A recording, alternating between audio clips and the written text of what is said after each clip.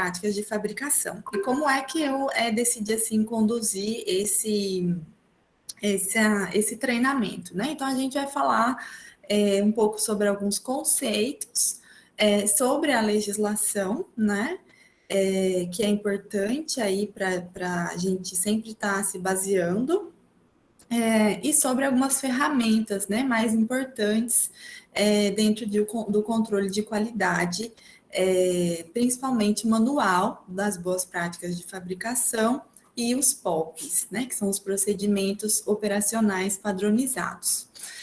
Então, eu queria começar essa apresentação com uma pergunta, né, para vocês. Tá passando o slide, tá certo? Tá, sim. Ok.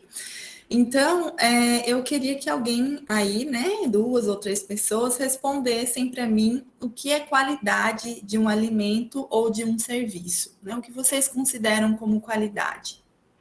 Pode abrir o microfone, tá, pessoal? Podem abrir, né? Podem abrir o microfone, sim, a qualquer momento, para fazer interrupção e perguntas. Quem vai se habilitar a responder? O que é qualidade? Se a gente pensa em um alimento ou um serviço.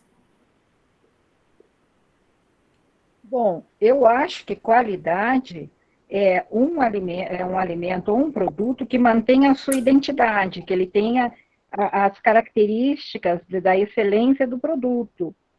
E no caso de um serviço, que mantenha aquela procedimento de qualidade do serviço. Não sei, acho que para mim seria isso. Sim, mais alguém? Na minha opinião, seria um produto bem embalado, com uma data de vencimento, que mostrasse como é o produto, já de cara, não fosse, tipo, tampado, mas sim que mostrasse logo o que é o produto que você está comprando. Sim. Que mais? Mais alguém?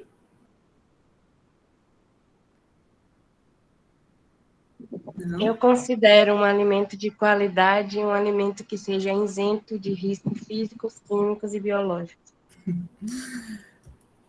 Que mais, gente? Tony? Seria um alimento que segue umas normas, né? Que exige normas específicas para a produção de determinados tipos de alimento. Então, a qualidade seria os alimentos seguirem essas normas. Ótimo. Que mais? Tem mais alguém? Não? Gente, então é tudo isso aí, né, que o pessoal foi falando, que é qualidade. Então, um alimento, ele tem que atender aos atributos sensoriais, né, a identidade, então, da cor, das características, né, de sabor, de odor, daquele produto específico. Ele tem que atender à segurança do alimento e à segurança alimentar. Então, aqui a gente já vai trabalhar com 2 conceitos diferentes. Quando a gente fala segurança do alimento, é aquele alimento isento, né, de perigos químicos, físicos e microbiológicos, que a gente também vai falar um pouco disso. E segurança alimentar, aquele alimento que oferece, né, os nutrientes necessários ao organismo humano. Então, a qualidade é tudo isso, atende aos atributos sensoriais, segurança do alimento, segurança alimentar, atende às exigências mínimas do consumidor, né, em relação a custo-benefício, em relação à embalagem, como foi citado aqui, em relação ao atendimento às normas vigentes, né, então, as legislações que existem, que são as legislações, né, aí da Anvisa, do MAPA, a padronização de um alimento. Então, é tudo isso que vocês falaram aí, né? Então, todo mundo tá certíssimo, foram ótimas as respostas. E a gente pode resumir, então, como um conjunto de importantes elementos que vão garantir, né, as características nutricionais, sensoriais e sanitárias de um alimento. Como que a gente consegue ter qualidade em um alimento ou um serviço, né? Então, aperfeiçoando os métodos de produção e com um monitoramento constante dos processos. E como é que a gente vai fazer isso, então, né? Aperfeiçoar os métodos de produção e monitoramento através das ferramentas do controle de qualidade. Então, é aí que surge o que a gente chama, né, de boas práticas de fabricação. Então, as boas práticas de fabricação, elas fazem parte, né, ela envolve diversas ferramentas do controle de qualidade dentro de uma agroindústria ou dentro de um estabelecimento, né, que manipula alimento. Entre essas ferramentas, então, de boas práticas, né? A gente tem o manual de boas práticas, o procedimento padrão, né, de higiene, que é o PPHO, o procedimento operacional padrão, que a gente chama de POP, programas de autocontrole, né, que envolvem um pouco do POP e o PPHO também, né, as planilhas de controle, o sistema de análise de pontos críticos de controle, ferramentas 5S, ISO 22000. Então, a gente tem diversas ferramentas voltadas, né, para a manutenção das boas práticas de fabricação. E a gente hoje vai trabalhar com alguns conceitos e falar sobre a estrutura, né, e organização de alguma dessas ferramentas, que vai ser aqui principalmente o Manual de Boas Práticas de Fabricação e os POPs, né, e os PPHOs. Por que a gente vai falar desses específicos? Porque a nossa legislação, a legislação brasileira, ela especificamente fala sobre o controle contínuo das boas práticas de fabricação e ela estabelece a aplicação dos procedimentos operacionais padronizados. Então, isso para uma indústria, para um estabelecimento que manipula alimento, são os documentos, né, necessários que vai regir ali a produção de alimentos dentro do estabelecimento. Essas legislações, para a gente fazer uma linha, né, contínua, ela surgiu lá em 1997, né, foi a primeira vez que a legislação ela apresenta um documento que fala sobre boas práticas de fabricação, e ela foi feita pelo Ministério da Saúde, né, pensando principalmente na saúde pública, né? Depois, essa mesma portaria, ela foi rearranjada, né, e publicada pelo Ministério da Agricultura, Pecuária e Abastecimento, que é o MAPA. E as mais atuais, que é essa RDC 275 e RDC 216, elas vieram posteriormente, né, em 2002 e em 2004, estabelecidas pela Agência Nacional de Vigilância Sanitária, que é a Anvisa, né, e que vai falar aí principalmente das boas práticas de fabricação e dos POPs. Mas essas legislações são a nível federal, certo? Certo. A gente tem diferentes tipos de inspeção, né? Quando a gente fala em inspeção sanitária. Então, a gente tem as inspeções a âmbito federal, a âmbito estadual e municipal. O estado ou o município, ele pode fazer uma modificação, né, dessas resoluções e passar, né, a inspecionar os estabelecimentos de acordo com o documento do município ou do estado. No entanto, todos eles vão ser baseados nessa legislação federal. Então, é importante ter o conhecimento dessas legislações para a gente estar de acordo, né, ou produzir um alimento ali de acordo com as normas sanitárias. E se por acaso, né, sofrer algum tipo de inspeção, auditoria, a gente ter base para falar, né, que o nosso alimento, o nosso produto produzido na agroindústria, ele está dentro das normas. Até aqui tudo bem? Alguma dúvida? Vocês continuam entendendo certinho? Qualquer coisa pode me interromper aqui. Por enquanto não tem nenhuma pergunta no chat, não. Mas se alguém quiser abrir o microfone para fazer algum comentário, alguma pergunta, podem ficar à vontade. Sim, podem a qualquer momento, viu, gente? Abrir o microfone e falar aí. Até para ficar mais interativo, né, Elo? Uhum. Essas legislações, gente, se alguém, né, já pegou para ver uma legislação, ela primeiro vem falando, né, qual é o campo de aplicação, né? O que ela vai determinar, e ela traz alguns conceitos. E a gente vai trabalhar com alguns conceitos aqui que vai servir, né, para a gente durante o resto desse treinamento. Então, ela traz para a gente o que é o conceito de boas práticas de fabricação, né? Então, são procedimentos que devem ser adotados por serviços de alimentação a fim de garantir a qualidade higiênico-sanitária e as conformidades, né, de acordo com a legislação sanitária. Então, isso são as boas práticas de fabricação. E o que é um manipulador de alimento? Se a gente pensar um manipulador de alimento, às vezes vem direto, né, na nossa cabeça, aquela pessoa que entra em contato direto com o alimento. Mas não é só a pessoa que vai entrar em contato direto com o alimento. É aquela pessoa, né, que vai trabalhar numa envasadeira, numa embaladora, é a pessoa que vai trabalhar no transporte do alimento, né, o delivery, que agora está, né, super aí na moda com essa pandemia, né, deu um salto, são manipuladores de alimentos, a pessoa que vai cortar a fruta, descascar, fazer o corte, o processamento, é um manipulador de alimentos. Então, são as pessoas que entram em contato direto ou indireto com o alimento.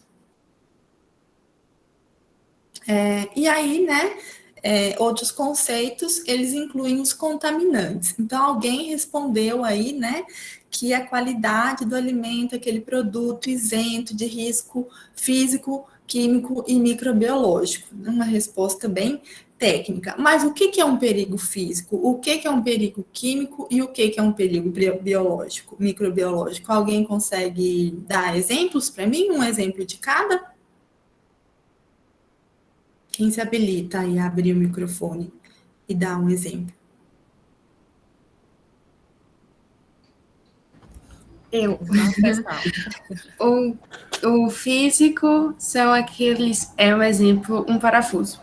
Um parafuso em um alimento. O químico é o agrotóxico. Uhum. E o micro-organismo pode ser fungos, bactérias. Certo. Exatamente, né? Esses exemplos aí, eles estão certos. Então, o que é um perigo físico? Aquele perigo que ele pode advir aí, por exemplo, da etapa de embalagem.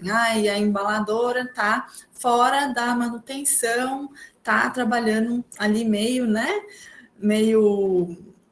torta e soltou um parafuso. E aí esse parafuso foi parar dentro da embalagem. Que mais que é um perigo físico? Cabelo é um perigo físico. Então, se eu estou trabalhando numa agroindústria, né, com meus cabelos soltos, a chance de eu ter aí um cabelo, né, dentro de um produto é muito grande. Então, por isso que a gente também sempre, né, enfatiza o uso dos EPIs, né, que a gente também vai conceitualizar aqui hoje. Pedras. Então, se a matéria-prima ela passa por um processo de seleção e que não é bem feito, às vezes eu posso ali no grãos, por exemplo, isso é muito comum, às vezes a gente acha uma pedrinha, né? É um perigo físico. Um perigo químico, além então aí, né, dos agrodefensivos que foram citados. Eu não sei se vocês vão recordar, mas teve uma época que teve bastante repercussão, acho que era bebida láctea, e era de uma indústria, assim, com bastante nome, né, que algumas crianças ingeriram a bebida láctea e tiveram queimaduras, né, na garganta, e se eu não me engano, acho que teve até uma criança que chegou a falecer, e isso aconteceu por um perigo químico, né, então, um sistema de limpeza fechado, onde passa-se soda cáustica, né, que é o hidróxido de sódio, e esse sistema de limpeza ele foi feito de maneira inadequada, teve alguma falha, e aí depois, quando o a bebida passou por ali, ela levou junto, né, aquela soda cáustica, foi embalado e chegou a ser consumido. Então, isso teve, assim, grande repercussão, né, foi seríssimo, é um perigo químico. Então, os sanitizantes, né, que a gente usa dentro da agroindústria, que são chamados também desinfetantes, né, são um perigo químico. E o perigo microbiológico são aqueles micro-organismos que a gente não consegue ver, né, que eles estão por toda parte, que são os fungos, bactérias, leveduras e principalmente nos alimentos, as bactérias, né? Porque os fungos, às vezes... Tá me ouvindo? Sim, pode falar. Então, teve um caso, eu posso falar a marca aqui? Pode. Da Parmalat, aconteceu com leite. Eles usavam, não sei se era água oxigenada ou se era soda cáustica. Usavam literalmente no alimento. Acho que era para clarear o leite, não sei. Pode falar. Então, aconteceu há alguns anos, aí eles ficaram meio sumidos no mercado, estão voltando agora há pouco tempo. E também eu fiquei sabendo, eu não pesquisei, na verdade, tá? De uma marca de ketchup, que o nível de pelos de roedores estava acima do permitido. Eu nem sabia que existia um nível permitido de pelos de roedores em alimentos. Existe, gente, limite. Isso, né, os pelos aí, então, se enquadram num perigo físico, e o caso da Parmalat pode ser justificado, né, pela adição de hidróxido de sódio, sim, que eles utilizam para neutralizar o leite, quando o leite está ácido, né? Então, é uma fraude do leite, né, que pode vir do produtor ou pode ser feito dentro da agroindústria, né? Então, provavelmente era, assim, hidróxido de sódio, que é a soda cáustica, né?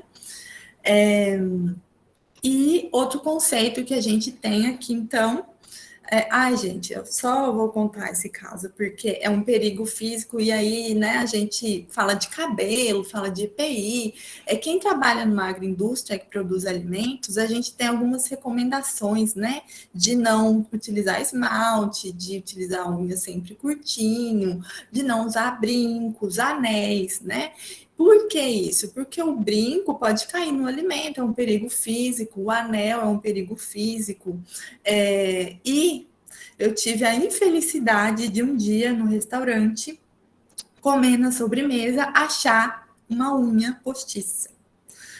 É uma sensação horrível, porque assim é uma coisa que você fala, tá bom, às vezes a pessoa, né, lava a mão, cuida da unha direitinho, mas é triste, é assim uma sensação desanimadora mesmo.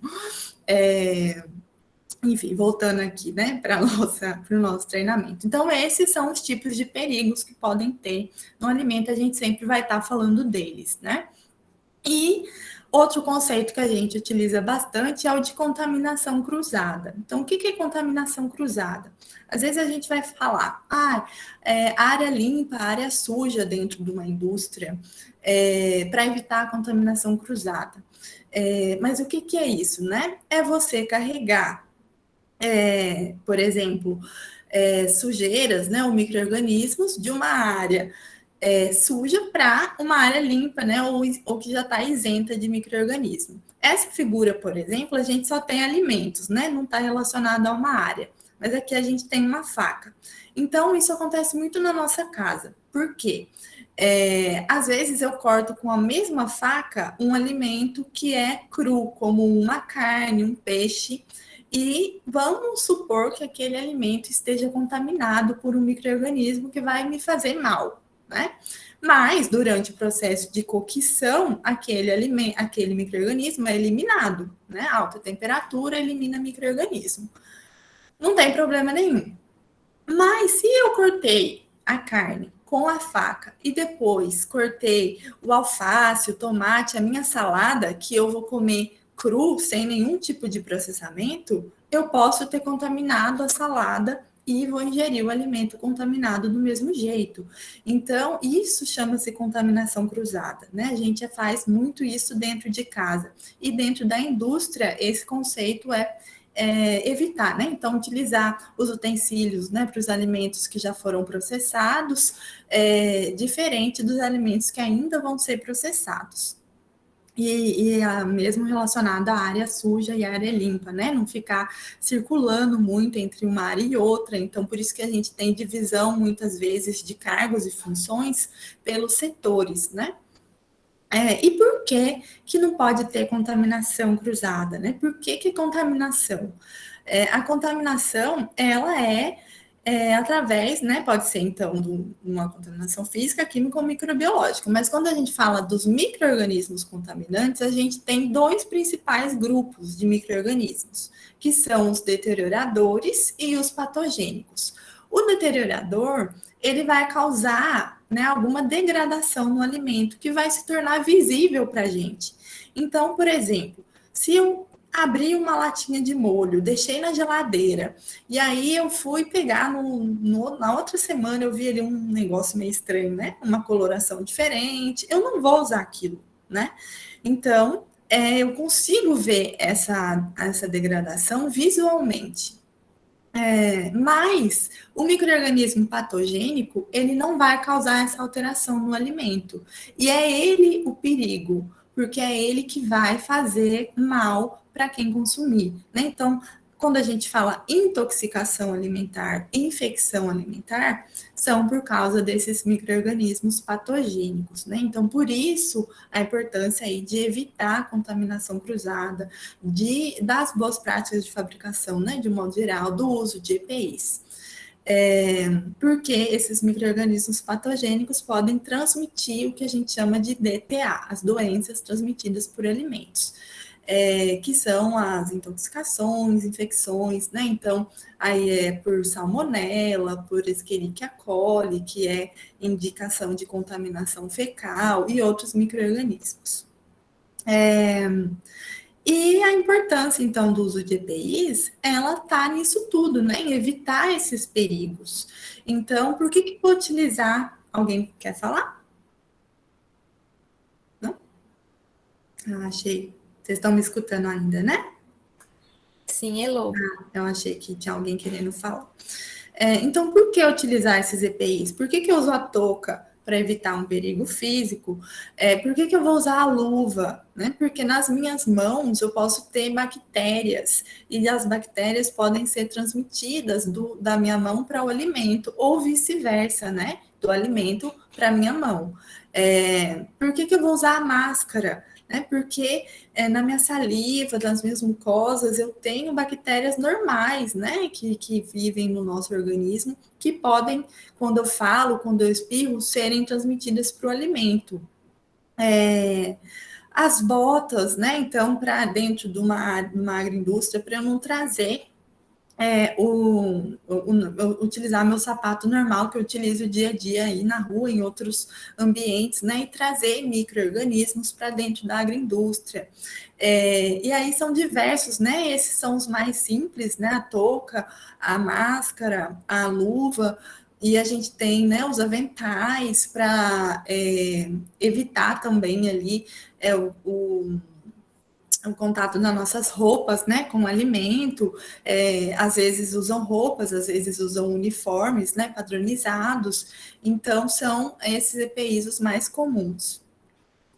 E a gente tem outro conceito importante saber, que é a higienização e a limpeza. Alguém sabe falar para mim o que é limpeza e o que é sanitização? Qual é a diferença? Esses dois conjuntos, né, de limpeza e sanitização, eles compõem o que a gente chama de higienização. Alguém sabe? Vamos lá, pessoal. Ninguém quer? Acredito que limpe de forma... limpe os sólidos e outro limpe com produtos químicos. Sim, né? É basicamente isso. Então, a limpeza, ela tem o objetivo de remover as substâncias que a gente consegue enxergar ali, né? Macroscópicas. Então, poeira, resto de comida. E a sanitização, ela também é chamada de desinfecção, né? Sanitização é um termo mais novo, mas também chamada de desinfecção, que eu vou utilizar um produto químico para eliminar o perigo microbiológico, né? Então, dependendo da agroindústria, ela vai utilizar um produto químico específico, né? E aí, esse produto químico, ele tem que ter um contato, um tempo de contato, uma concentração correta, né? Que vai ser indicada ali no próprio produto, para que ele seja efetivo realmente contra a eliminação desses perigos. Então, esses são conceitos principais, né, que a gente vai estar utilizando hoje. Então, contaminação, micro-organismo, EPI, higienização, né, a gente vai trabalhar com isso aqui. Eu vou começar falando do Manual das Boas Práticas, e aí, no meio, né, das apresentações, da nossa estruturação, a gente vai trazendo outros conceitos. Quando a gente pensa no manual, então o que é o manual? Se eu compro uma máquina de lavar e ela vem com o manual, então está escrito ali o tipo de material que é feito em minha máquina de lavar, a capacidade, se ela é 220 ou 110, se ela é para 8 quilos, né, para 15, ela vem escrito o jeito que eu vou colocar o sabão, o amaciante, o jeito que eu vou lavar, o jeito que eu vou centrifugar, ela vem com todas as orientações ali necessárias. Então, o que é um manual de boas práticas? Ele vai vir com todas as orientações, descrição, né, das operações dentro de um estabelecimento, que vai incluir, no mínimo, né, alguns requisitos. Por que eu falo no mínimo? Porque isso é o exigido pela legislação. Eu posso fazer um manual de boas práticas do jeito que eu quiser, contendo várias informações, desde que eu tenha, no mínimo, as informações de edificação, de instalações, de equipamentos, de controle de abastecimento de água, de controle integrado de vetores, né? Capacitação do meu pessoal e manipulação, né, dos resíduos. Então, isso é um mínimo que tem que ter no manual. Ah, mas eu já ouvi falar manual de fabricação, manual de manipulação, existe alguma diferença? Na estrutura, basicamente não existe nenhuma diferença. A diferença é a aplicação. Então, quando eu falo manual de fabricação, normalmente ele é aplicado a uma agroindústria produtora, a uma indústria de alimentos, né? E quando eu falo manual de manipulação, é para um estabelecimento que vai manipular o alimento, como, por exemplo, um restaurante, né? Então, a agroindústria, ela tem manual de fabricação de boas práticas e o restaurante, ela vai ter um manual, né, de manipulação e boas práticas também de fabricação. Essa é a diferença básica. Estruturalmente, a gente vai ver aqui como que eles são, e eles são, né, basicamente a mesma coisa. Esses manuais, eles têm que estar disponível a qualquer colaborador envolvido na atividade da agroindústria ou do estabelecimento. Por que eu falo disponível, gente? Porque é obrigatório ter um manual de boas práticas de fabricação e os POPs. Aí chega a inspeção sanitária, né, do município ou do estado, lá na sua agroindústria, e você vai falar, olha, eu tenho sim um manual. Ele vai falar, cadê o manual, né? Ah, tá lá no meu computador, vamos lá ver que eu te mostro. Não, né, isso já tá errado. Então, o manual, ele tem que estar numa cópia impressa, disponível para todo colaborador que está envolvido. Alguém quer falar? Fui eu que levantei a mão, Elu. Dado esse avanço, né, tecnológico e tal, e também a preocupação ambiental, esses manuais, eles podem ser disponibilizados de forma eletrônica para os colaboradores ou ainda há essa obrigatoriedade de ser impresso? Não, ele pode ser disponibilizado aos colaboradores, né, de uma maneira, através de um treinamento, né, então eu ia falar isso aqui um pouco mais para frente, né, mas você perguntou. Então, normalmente, quando é elaborado esse manual de boas práticas, ele deve ser apresentado a todos os colaboradores, né, como? Através de um treinamento. E ele pode sim ser disponibilizado eletronicamente, né, para todos. O que acontece é que você tem que ter pelo menos uma cópia impressa no estabelecimento.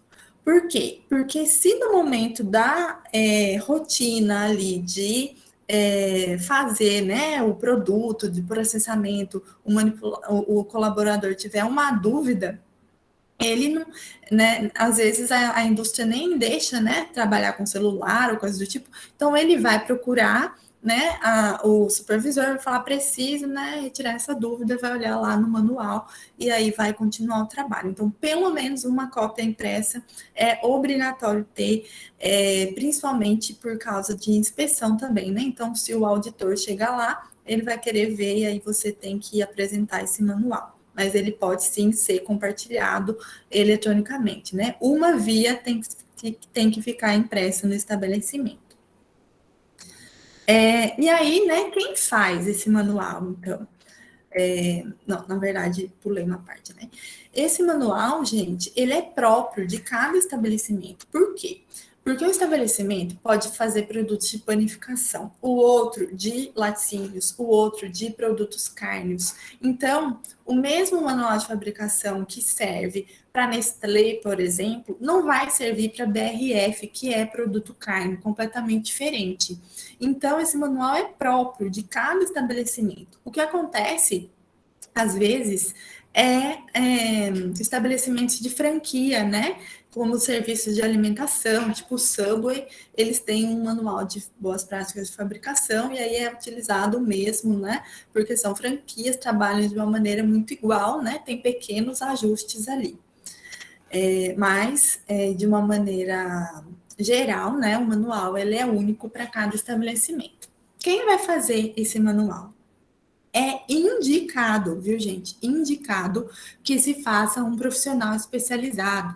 Então, um técnico, um engenheiro, alguém, né, que conhece essa parte de legislação e de boas práticas de fabricação. Mas a legislação, ela fala que qualquer proprietário, supervisor, responsável técnico, eles podem assinar o manual de boas práticas, né? Então, vamos supor que, eu quero fazer o meu manual e eu não tenho formação nenhuma, né? Eu vou pesquisar e eu vou fazer. Ótimo, você pode fazer o seu manual. Você é o proprietário, você vai assinar e você vai se responsabilizar por aquilo. Alguém levantou a mão? Fui eu, novamente. É porque acho importante, né, pelo nosso público, saber disso. Se um técnico em agroindústria, né, que é a formação aqui da maioria das pessoas presentes, um técnico em agroindústria pode fazer esse manual? Pode, porque ele é assim, é um profissional, a gente fala especializado, né? Quando você faz um curso, você está se profissionalizando, né? O nosso curso mesmo já fala, né? Técnico profissional. Então, pode sim fazer o manual. O que acontece? Você falou de assinar, né? Ou foi fazer? Eu falei fazer, mas assinar acho que ele não pode, né? Pode sim fazer. Pode? O que acontece? Não poderia assinar, né? A quem teria que assinar esse manual é o proprietário, né? O responsável pela empresa. Então, quando, por exemplo, um engenheiro, né? Que tem um registro, que a gente chama de CREA, um número, ele faz aquele manual, ele pode assinar, ele vai colocar o número do registro dele embaixo e ele vai pedir a assinatura do proprietário, porque os dois juntos estão compactuando com aquele manual que foi feito, né? Mas um técnico, né, ele não tem esse registro. E aí ele é arriscado, né, para ele assinar aquele manual. Então, nesse caso, quem vai assinar é só o proprietário. Né? Então, o técnico pode sim fazer, ele tem os conhecimentos para isso, né? A gente tem nas nossas disciplinas de agroindústria essas partes, né, de boas práticas de fabricação, não são tão aprofundadas, né? Mas ele pode sim fazer. Assinar é o proprietário nesse caso. Como que a gente faz esse manual das boas práticas? A gente pode perguntar. E o nutricionista, ele pode assinar? O nutricionista pode assinar o manual de boas práticas. Ele tem o registro, ele pode assinar sim. Tá, mas de qualquer forma o proprietário também teria que assinar. Sim, ambos têm que assinar, porque o proprietário ele responde ali, né, legalmente pela indústria, então ambos têm que assinar. Ok. Inclusive, eu estava olhando, né, curiosa, fui olhar aqui essa parte de consultoria, né, quanto que as pessoas estão cobrando para fazer um manual de boas práticas. Na Bahia, é um dos estados mais caros, viu, que o pessoal está pagando. Deve ser pela falta de profissional especializado na área, imagino, né, não consigo pensar por quê, mas é um dos estados mais caros. Como que a gente faz, gente? Agora eu fiquei curiosa de saber. Quanto? Sim.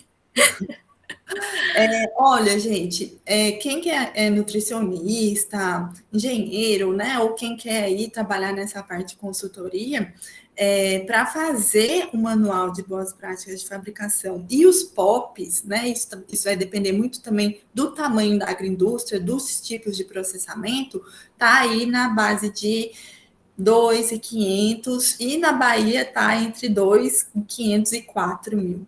Então, para você elaborar, né, um manual de boas práticas. Isso que eu pesquisei, né? Obrigada, Elu, pela resposta. Aproveitando também, nessa parte de consultoria, a gente sabe que existem alguns consultores credenciados ao Sebrae que são dessa área de engenharia, que realizam o manual de boas práticas, os POPs, fluxogramas.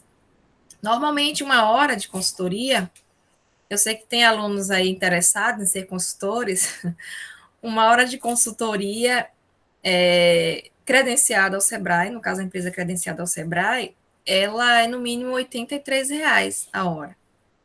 Sim. E aí, dependendo do trabalho, quando vai ficando mais complexo, chega até R$ 120 a hora. E isso as empresas que são credenciadas ao Sebrae.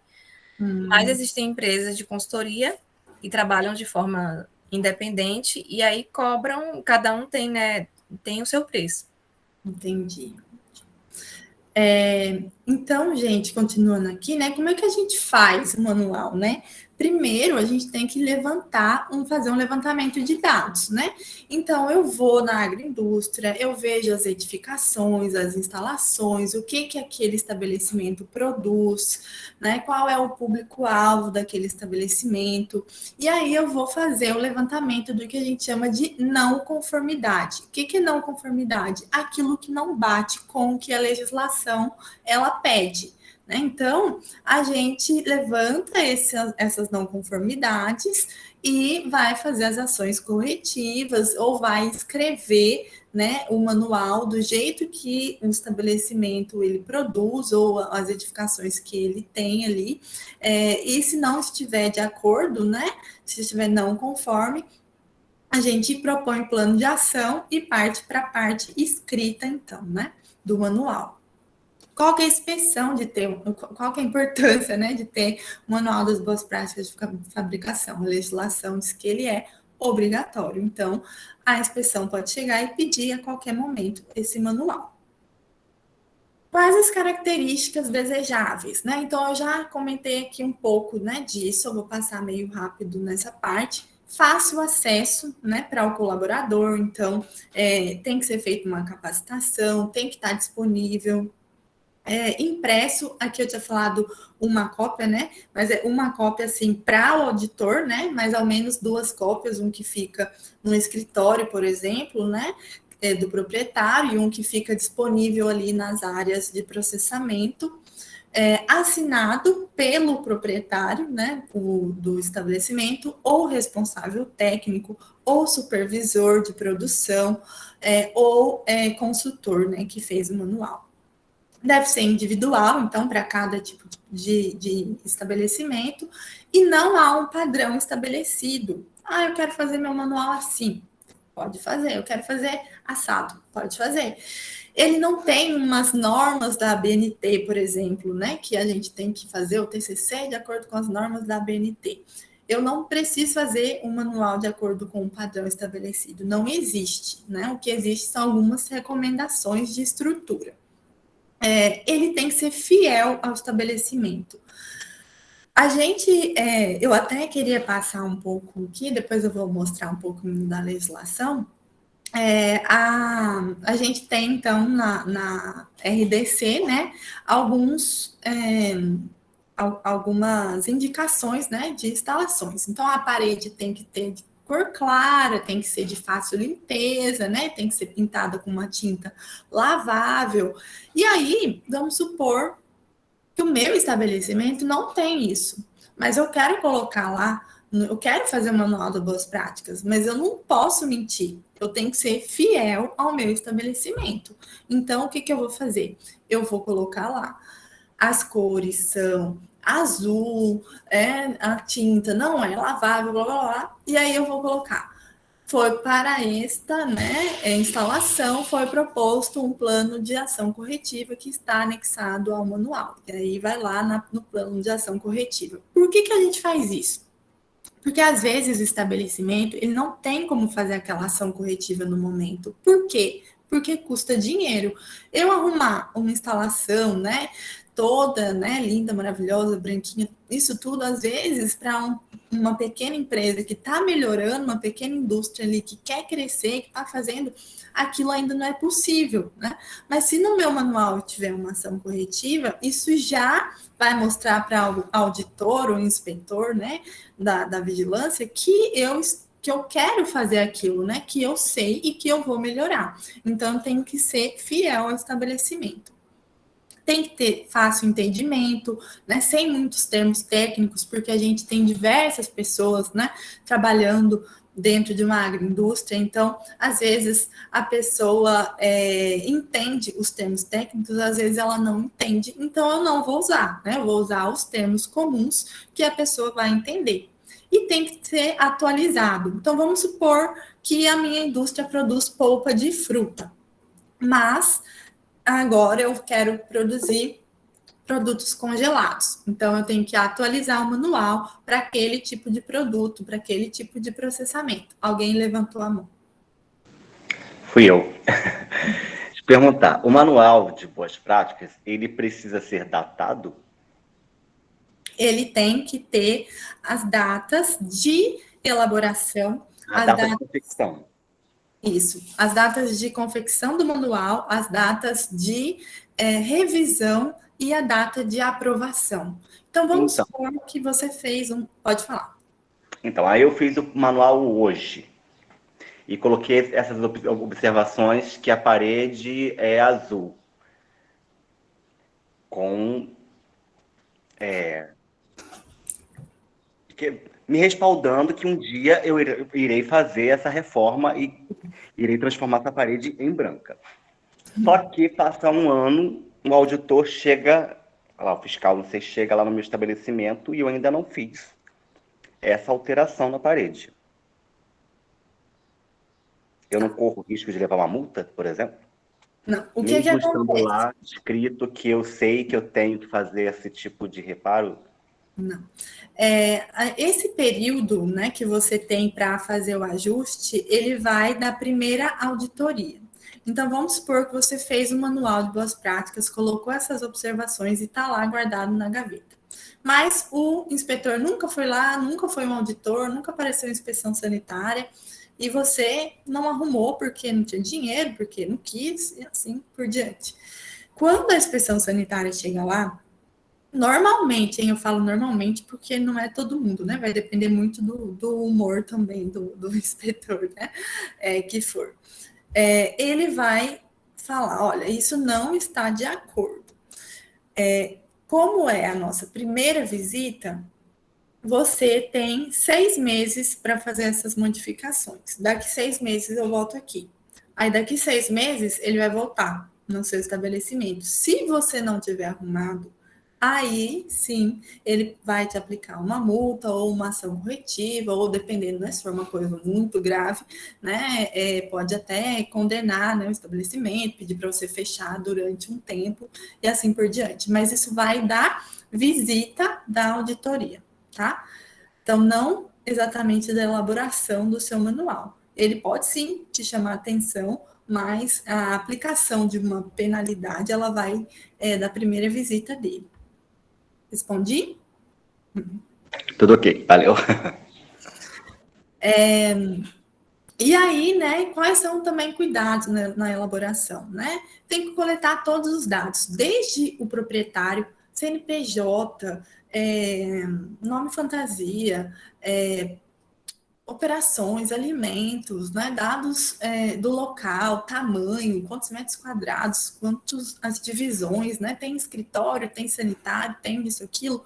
Eu tenho que fazer todas as coletas, porque tudo isso eu vou utilizar quando eu for escrever meu manual. E a forma escrita, gente, ela nunca deve ser. Então, a parede deve ser branca. Não. Isso está escrito lá na legislação. No seu manual, né, no manual da sua agroindústria, tem que estar escrito: a parede é branca, ou a parede é azul, ou o piso tem rejunte, e não o piso não tem rejunte, ou o piso não deve ter rejunte, né? Então, esse deve ser, ele tem que ser evitado, né, para escrever um manual, porque isso é o que está na legislação estabelecido de uma forma geral para todo mundo. Você vai fazer o que é para o seu estabelecimento. Então, o seu estabelecimento o seu estabelecimento tem, né? E não mentir informações, né? Isso é muito importante.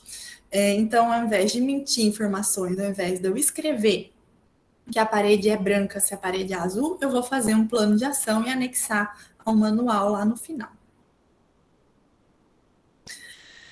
Estrutura, então, gente, de um manual de boas práticas, tá? A gente vai passar um pouco pelas estruturas. Indicadas, tá? Lembrando que o manual não tem uma padronização, né? Uma norma da ABNT para a gente seguir, graças a Deus, o manual não tem normas da ABNT, né, gente? Socorro. Então, quais são as indicações?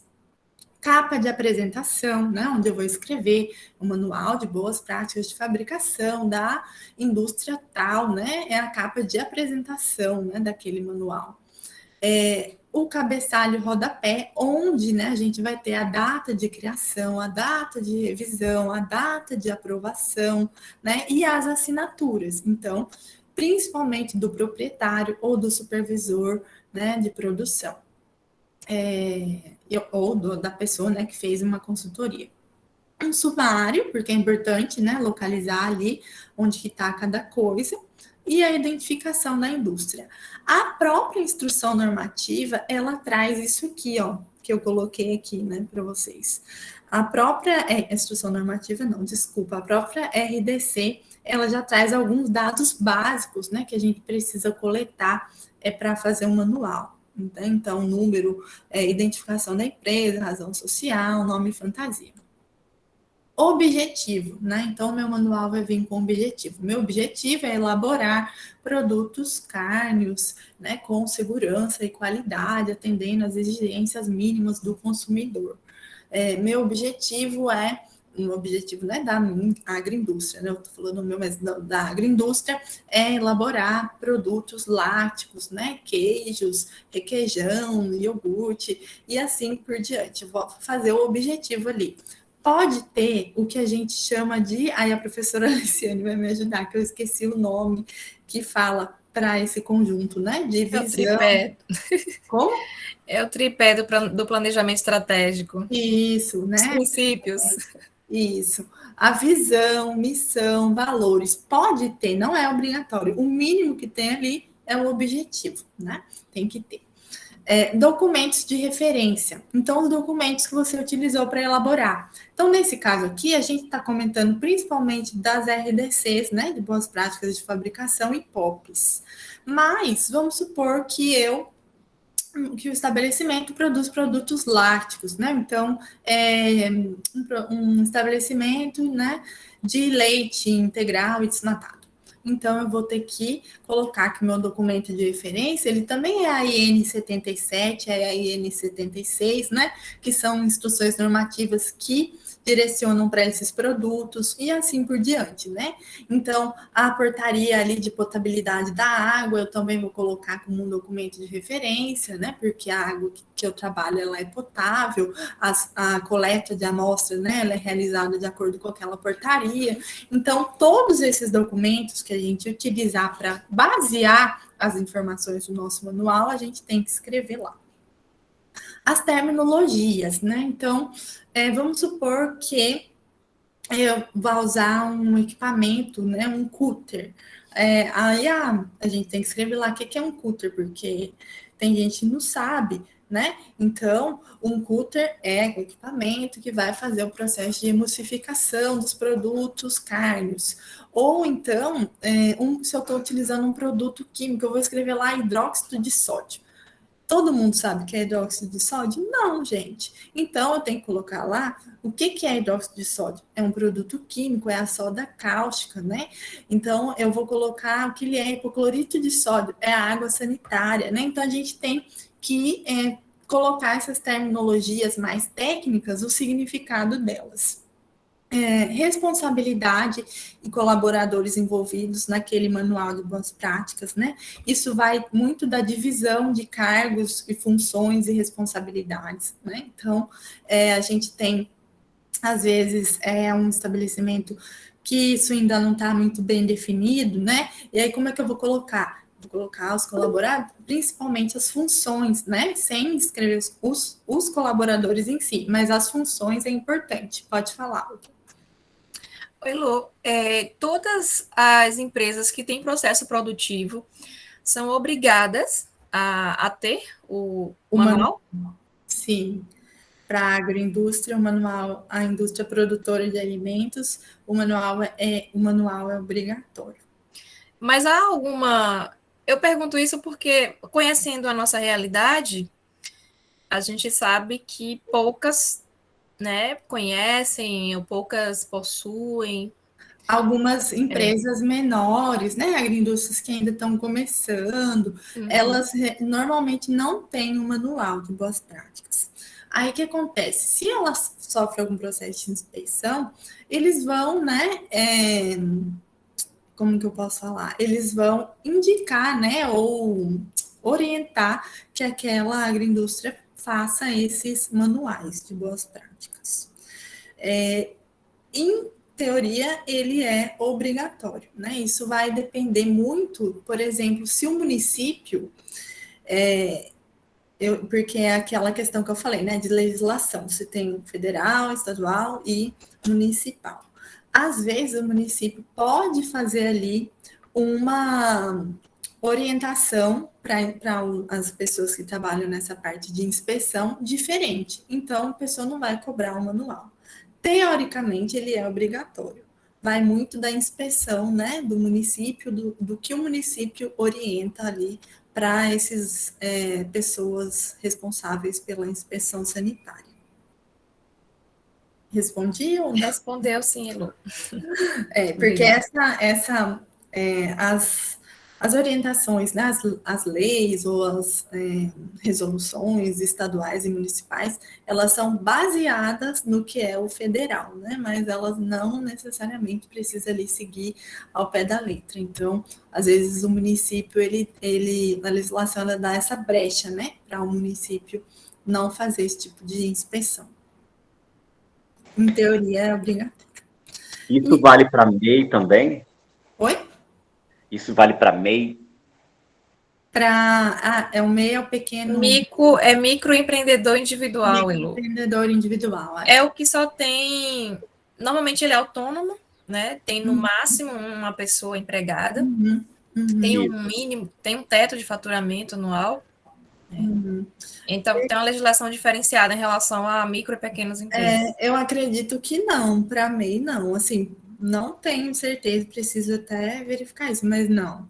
teria que ser, né, uma agroindústria mesmo ali com um número mínimo, né, Mesmo trabalhando com alimentos.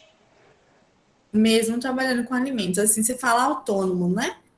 A fiscalização não vai pedir um manual de boas práticas para um MEI. Assim, o máximo que ela vai pedir é coletar uma amostra, né? Fazer algum tipo de inspeção ali para ver se aquele produto, né, não tem alguma contaminação, mas o manual de boas práticas dificilmente ela vai pedir. Ah, tá. Entendi. Né, então, o manual, a categoria dos produtos ali, e aí ele vem para a estrutura em si. Então, tudo isso aqui, né, ele é um início, né, de um manual, tá iniciando ali a construção daquele manual. Para o corpo mesmo do manual, ele vai vir com o que a gente divide ali em pessoal, instalações, áreas, né, que são as edificações, e os anexos. Então, isso pode vir, né, em ordens diferentes, ali, de acordo com a pessoa que resolveu fazer o manual.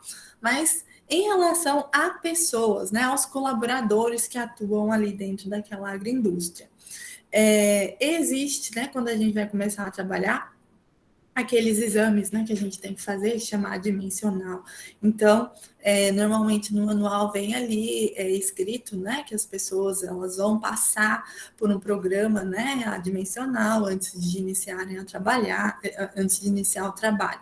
A gente vai falar, né, quando falar de POP também, que a legislação ela indica, né, que os colaboradores façam exames, né, de 2 em 2 anos, por exemplo, para apresentar para a indústria, né, que você está tudo bem com a sua, que está tudo bem com a sua saúde, ou ela vai indicar, né, os programas de higiene, né, então a gente tem que treinar os nossos colaboradores para falar que você tem que lavar a mão toda vez que você utilizar o sanitário, você tem que vir trabalhar com a barba, né, curta, as unhas curtas, né, você tem que utilizar os uniformes, os EPIs corretamente. Então, a legislação, ela orienta, né, essa capacitação nesse sentido aí, de treinar para a higiene pessoal, para o cuidado com a saúde, né, do manipulador.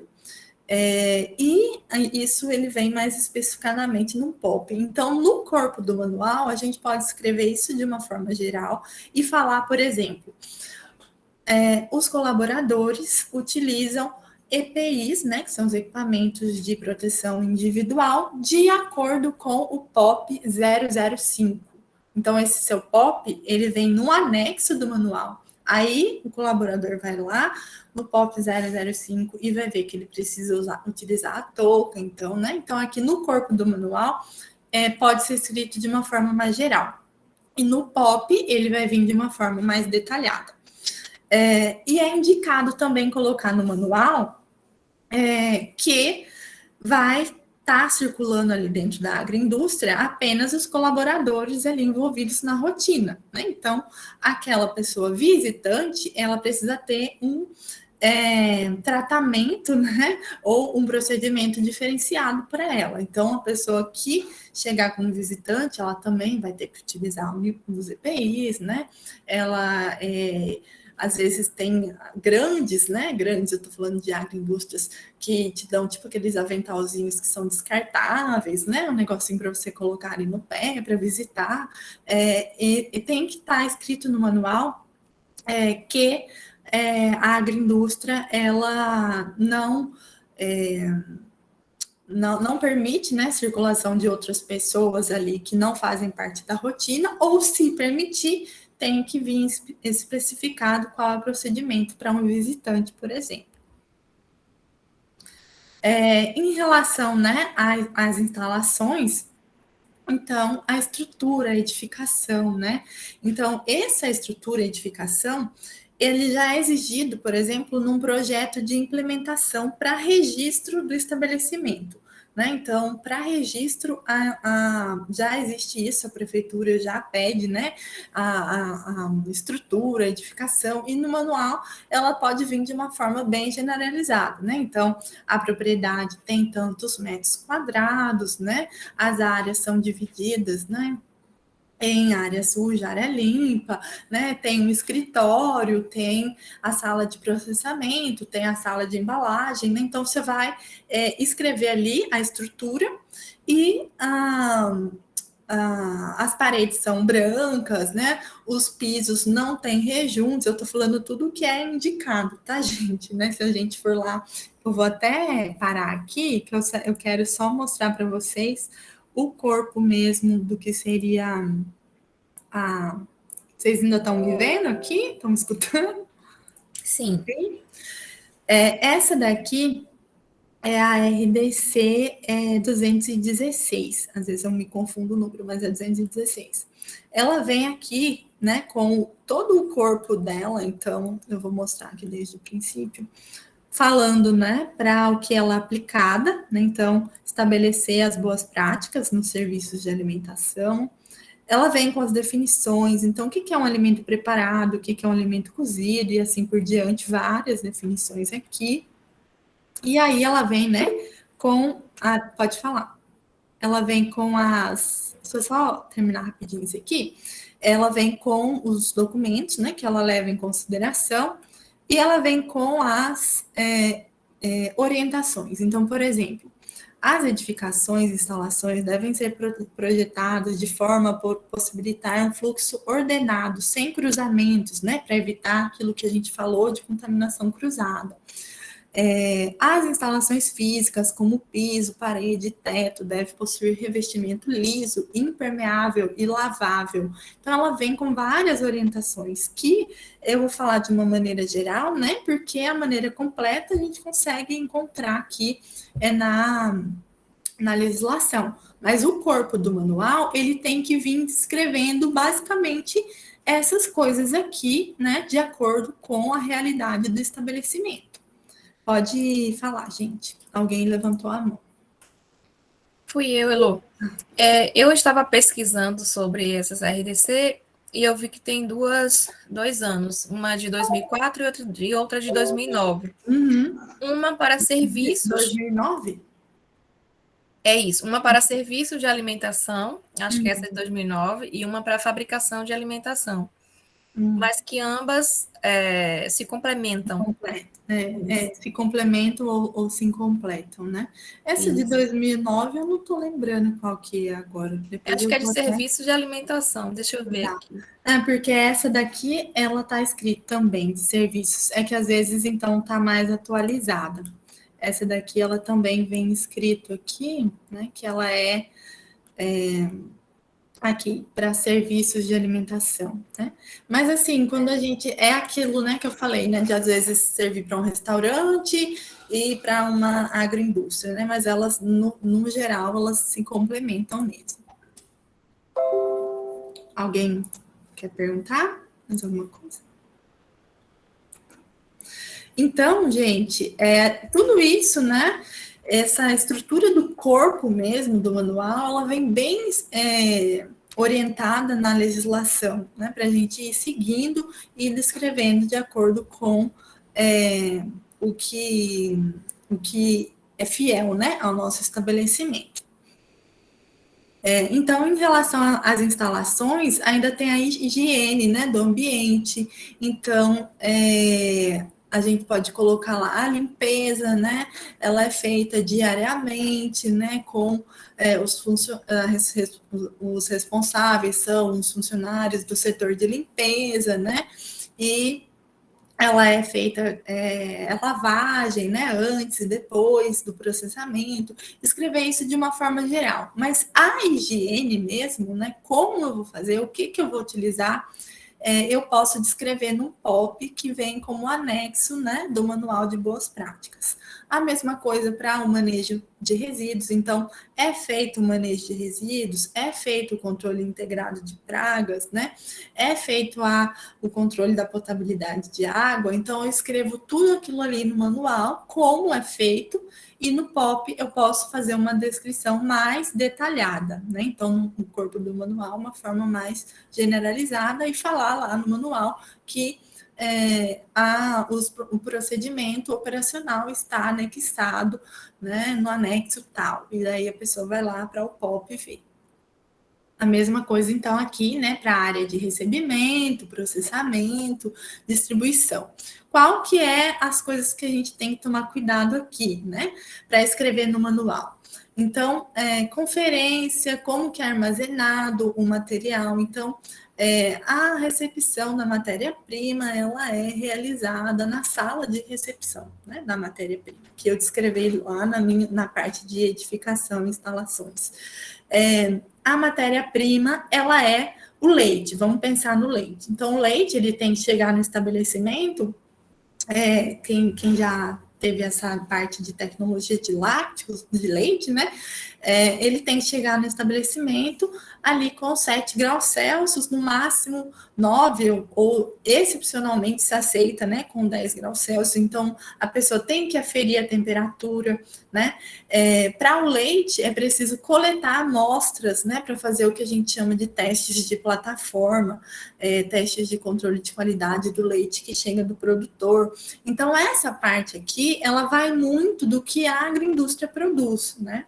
Então, em relação ao recebimento da matéria-prima, como, né, aquele produto é armazenado. Então, no caso do leite, ele é armazenado em tanque de expansão a 4 graus Celsius, sob agitação. Controle, né, das matérias-primas e fornecedores. Então, isso tudo aqui a gente pode escrever no manual. Os nossos fornecedores, né, são tais, pode escrever quais são os fornecedores, ou se você não tiver um fornecedor fixo, você vai escrever que são fornecedores, né, de confiança, que emitem fichas técnicas, né, dos ingredientes, e assim por diante. Processamento, né? Então, a gente tem aqui uma parte onde a gente coloca o fluxograma dos nossos produtos, né? Do produto que a agroindústria vai produzir, os critérios de tempo e temperatura, por exemplo, né? Se ela passa por um processo de pasteurização, então eu tenho um tempo e uma temperatura indicada. Coleta de amostras, se a própria agroindústria ela tem um controle do que ela produz, ela pode coletar amostras para fazer análise de qualidade ali mesmo, né? Tem agroindústrias que têm laboratório, ou ela pode coletar periodicamente para fazer, para enviar para um laboratório terceirizado, né? Então, isso tudo pode ser escrito no manual também. E como é feito, né, a distribuição daquele produto? Alguém levantou a mão. Não, foi só para confirmar mesmo, que é 2002 e 2004. Ah, tá. São as que eu coloquei aqui mesmo. São porque essa daqui, quer ver? A de 2002... para fabricação. Ela vem com os POPs. Se você depois olhar bem o corpo dela, ela institui os POPs, os principais POPs. Essa daqui de 2004, ela vai falar mais daquela parte de instalação, controle de pragas, mas de uma forma geral, assim, como que tem que ser. Né? Entendi. E essa daqui institui os POPs como obrigatórios também. Obrigada. E aí, gente, o manual de boas práticas, por fim, gente, não desanimem. Vocês estão aí ainda? Ninguém pergunta mais nada? O pessoal está falando aqui no chat. Luiz Gonzaga está pedindo os slides. Você pode disponibilizar um sim, disponibilizo. Vou mandar para a professora Alessia. Mas enquanto a professora Heloísa toma uma água, né? Alguém poderia... Alguém poderia, né, comentar alguma coisa? Tranquilo. Fazer alguma pergunta, alguma consideração? esse formato já é complicado, né? A gente está falando. Mas pode ficar, eu já fico assim, empolgada, é porque eu fico na preocupação mesmo se, né, tá tudo certo, vocês estão me ouvindo, se tá tudo certo. Karina falou, tô gostando muito. Ah, que bom. E, gente, no Boa final... tarde. Oi, boa Oi, tarde. Jandira. Tudo bom? Bom, gente? Tudo bem. É muito interessante, muito bom, estou gostando muito.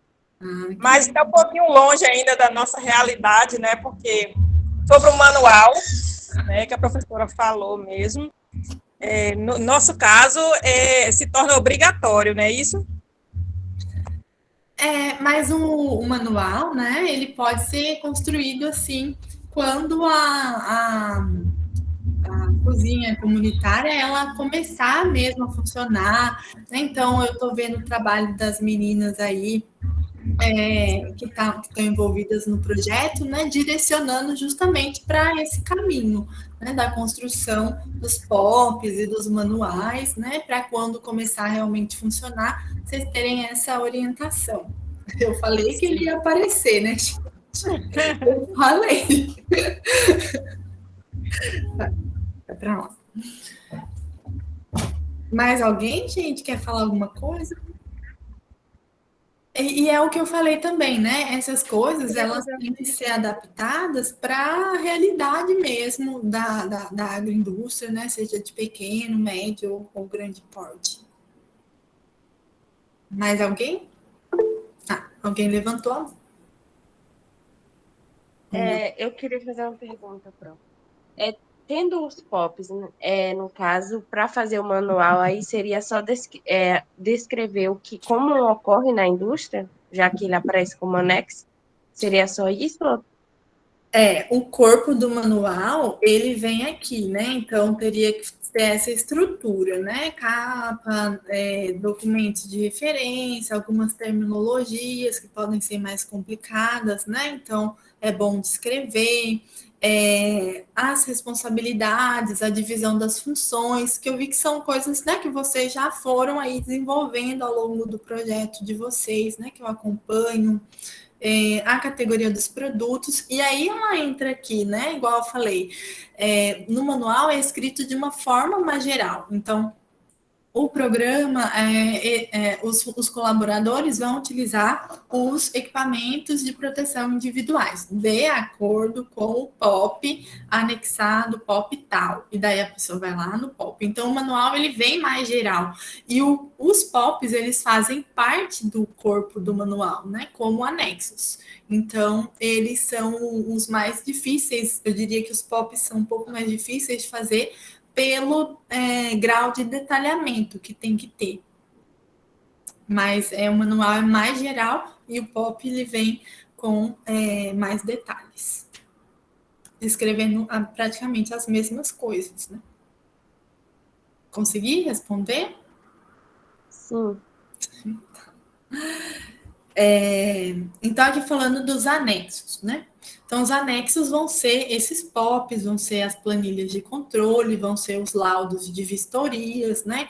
Então, normalmente, tudo que vai sendo feito dentro de uma agroindústria, né, que por algum motivo precise ser comprovado depois, numa inspeção, vamos supor assim, isso vai sendo armazenado ali. Às vezes não junto com o manual, né, mas numa pasta na mesma gaveta ali, ela faz parte, né, do manual. Então, quando eu desenvolvo os POPs, né, que a gente tem alguns POPs obrigatórios, eles são anexados ao manual, né? Se eu desenvolver um procedimento padrão para higienizar uma despolpadeira, por exemplo, ou higienizar um cooler, né, que vai fazer uma emulsificação, ou eu higienizar o forno, né?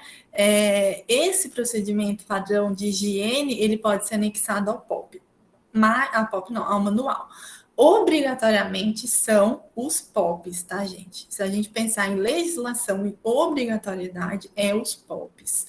O PPHO não é obrigatório, né? Os planos de ação não são obrigatórios, as planilhas de controle, né? Elas fazem parte ali dos POPs, mas, assim, obrigatoriedade é os POPs mesmo. Então, o que é um POP, né? O próprio nome já diz, ele é um procedimento operacional padronizado. Então, ele vem com uma sequência de descrições, né, de como aquele procedimento ele tem que ser realizado. Então, seja o procedimento de coleta de água, seja o procedimento de manejo de resíduos, né? Ele vem com aquela descrição bem detalhada. Quais são os POPs que a legislação fala? Higienização das instalações, equipamentos, móveis e utensílios, um POP. Controle da potabilidade da água, higiene e saúde dos manipuladores, manejo de resíduos, manutenção de equipamentos, controle integrado de vetores e pragas, né? Seleção da matéria-prima, ingrediente e embalagem, programa de recolhimento dos alimentos. Esses são os POPs que a legislação orienta a fazer. Ah, mas eu quero fazer um POP para eu descrever como que é feita a etapa de pasteurização. Ótimo, você pode fazer. Ah, eu quero fazer um POP para escrever o processo produtivo mesmo, de como é que eu vou fazer o pãozinho lá de aipim. Então, eu vou poder escrever aquele POP, né, relacionado à produção. Mas a legislação, se a gente for seguir ao pé da letra, né, ela fala desses aqui principalmente. Qual que são as recomendações, né, para a gente escrever um POP? A gente, assim como o manual de boas práticas, construir juntamente com as pessoas que estão envolvidas, né, na rotina do processamento. Por quê? Não adianta eu, à distância, eu vou escrever um POP daquela agroindústria se eu não conheço como ela funciona, né, direito, se eu não sei qual o tipo de produto que ela faz. Não adianta eu escrever um POP generalizado, eu tenho que escrever um POP para aquela indústria, né? Até eu falei isso agora, estou lembrando aqui, né? Também do projeto que a professora Alessiane está coordenando aí com algumas pequenas, né, agroindústrias, auxiliando nessa parte, e a dificuldade é exatamente essa, né? Assim, da gente faltar um pouco esse contato, né? Algumas orientações, mas se a gente fosse fazer de uma maneira, né, correta, talvez não seria possível ajudar, né? Então a gente faz de uma maneira para indicar, né, para orientar para quando aquele estabelecimento começar a funcionar verdadeiramente. Um estabelecimento que já está funcionando, uma agroindústria que já tem ali, né, os seus procedimentos bem estabelecidos, que já funciona há anos daquele mesmo jeito, a pessoa normalmente vai lá, faz uma visita, acompanha o processo e depois escreve o POP, né? E é um documento também que tem que ser revisado periodicamente. A recomendação é 2 vezes no ano, porque muitas coisas mudam. Se a gente pensar nessa parte de higienização dos alimentos, por exemplo,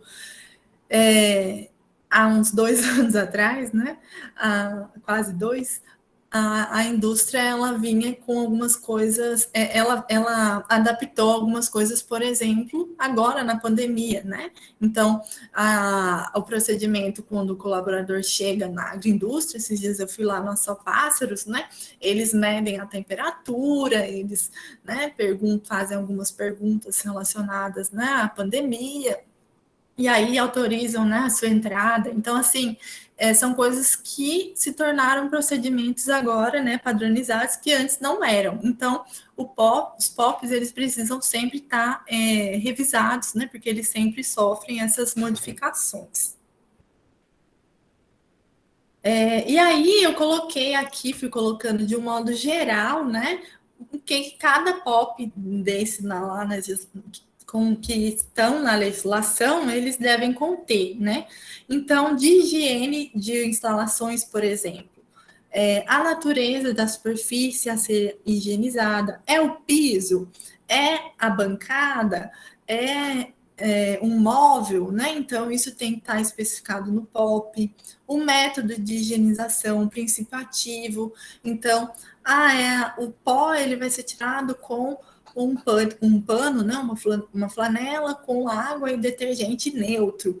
E depois com álcool 70 ou outro princípio ativo, né, ácido peracético, alguma coisa, né, do tipo, ou água sanitária, que é o hipoclorito de sódio. Então, aquilo, né, aquele princípio ativo que você está utilizando tem que estar descrito no POP. Né? O tempo de contato. Então, às vezes, eu vou jogar água ali no chão, né, da minha cozinha. Eu vou deixar a água sanitária com a água agindo ali por 10 minutos, depois eu vou enxaguar. Então, isso tem que estar escrito lá no POP. Né? E, quando aplicável, né, fazer esses POPs aí para os equipamentos, que é igual eu falei, né, são também chamados POPs, acho que é POPs de equipamentos mesmo, assim, que a gente pode chamar de generalizado. Por exemplo, se eu tiver que desmontar uma despolpadeira, né? E aí eu vou ter que deixar as peças imersas em água, com água sanitária. Então, tudo isso tem que vir ali descrito no POP. Controle de potabilidade da água, né? Então, vim descrito também ali como é que eu vou lavar a caixa de água, né? O reservatório de água. Com que período eu vou fazer isso? Eu tenho que controlar a potabilidade da água que vem na minha agroindústria encanada. Então, periodicamente, por exemplo, de 4 em 4 meses, eu preciso enviar essa água para um laboratório terceirizado para ver se ela está de acordo com a portaria de potabilidade da água. Então, eu vou coletar de 4 em 4 meses. Ah, mas 4 em 4 meses é muito para a minha agroindústria, a gente não consegue fazer isso. Então, você vai escrever lá no POP que é de 6 em 6 meses. Então, assim, você vai adequar, né, para a realidade que tem ali naquela agroindústria. O POP, né, de higiene, então, e saúde dos manipuladores, ele tem que vir escrito, né, como que, por exemplo, como que o manipulador deve lavar a mão, com que frequência ele tem que lavar a mão. Então, após utilizar o sanitário, após espirrar, após ter contato com dinheiro, por exemplo. Então, aí tem que vir ali detalhado. Parece coisas assim, bobas, né? Que é tão óbvio, mas tudo isso tem que ser detalhado no POP. Então, se o manipulador, quando ele apresentar uma ferida na mão, ou alguma sintoma, né, de doença infecciosa, aquele colaborador não vai funcionar, não vai atuar, né, durante 3 dias, e depois de 3 dias ele vem, né, ele vai ser perguntado novamente, vai ser verificado, né, se a ferida curou ou não. Por que isso da ferida, eu falo principalmente, né, porque a gente sabe que tem ali micro-organismos, né, que podem o próprio colaborador se contaminar com algum micro-organismo que está no alimento, né? Então, para a saúde do manipulador e para a segurança também do alimento. Manejo de resíduos, né? Então, o que é resíduo, né? O que eu vou considerar como resíduo, que realmente eu não consigo aproveitar, né? Então, como aquele resíduo é armazenado, com que frequência ele é colocado, né, para fora ou para coleta de lixo, como que ele vai ser coletado, tudo isso tem que estar inscrito no POP. Manutenção preventiva de equipamentos e calibração. Então, isso com que período, né, eu vou fazer a manutenção preventiva. Isso vai evitar, por exemplo, que um prego se solte, né, dentro da minha embalagem e vá parar na mesa do consumidor.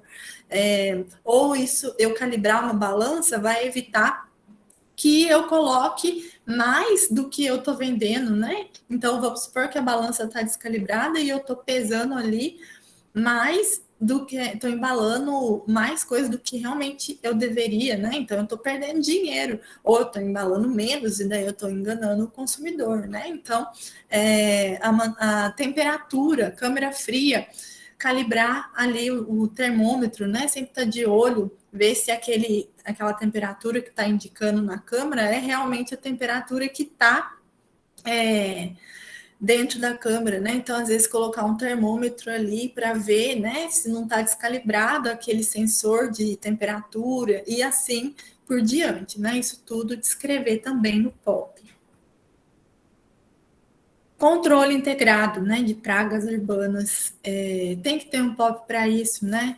Então, é recomendado naquela legislação lá de boas práticas que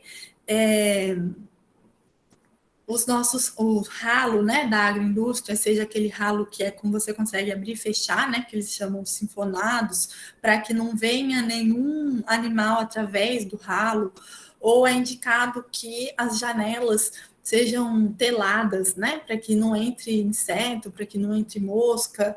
É indicado, então, que embaixo da lâmpada, né, você tem aquela lâmpada que, se ela ficar acesa, um mosquitinho e lá morrer, né, porque ele toma um choque, ele caia, né, embaixo de uma tela. Então, assim, algumas coisas são indicadas para evitar esse controle de pragas e vetores. Mas a gente pode descrever nos POPs as medidas corretivas, né? Então, se eu observo que tem muita barata, então eu vou contratar uma detetização, né? E aí eu vou escrever lá que a detetização é realizada por uma empresa terceirizada, ou então eu mesmo vou comprar aquelas armadilhas, né, de animais, que a gente tem umas casinhas assim, né, que você pode colocar ali dentro o veneninho. As ratoeiras, né, Lu?